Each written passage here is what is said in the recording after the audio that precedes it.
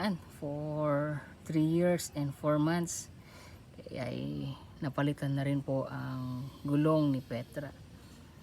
Saludo ako dun sa stock na gulong kasi umabot siya ng ganong katagal, pero actually noong chinek ko na yung gulong, yung harap at likod ay medyo labas na yung ply, pero matibay, sulit yung stock na gulong.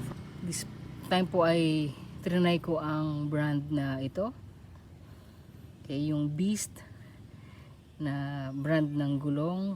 Yung size po ng nasa likod ay 100 by 80 by 17, which is mas malapad siyang tignan ngayon. At yung harap po naman ay 70 by 80 by 17. Kaya mas po ngayon, mas safe yung pagra-rides. Mas makapit syempre, maliban sa ito ay bago. Yan, maganda yung yung actually design noong gulong po natin. Ayan, papakita ko lang yung likod, yung mga guhit-guhit.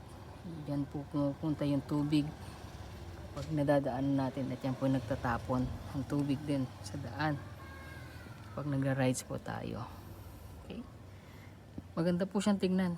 Yan, budget meal lang po. Okay, budget meal lang siya actually.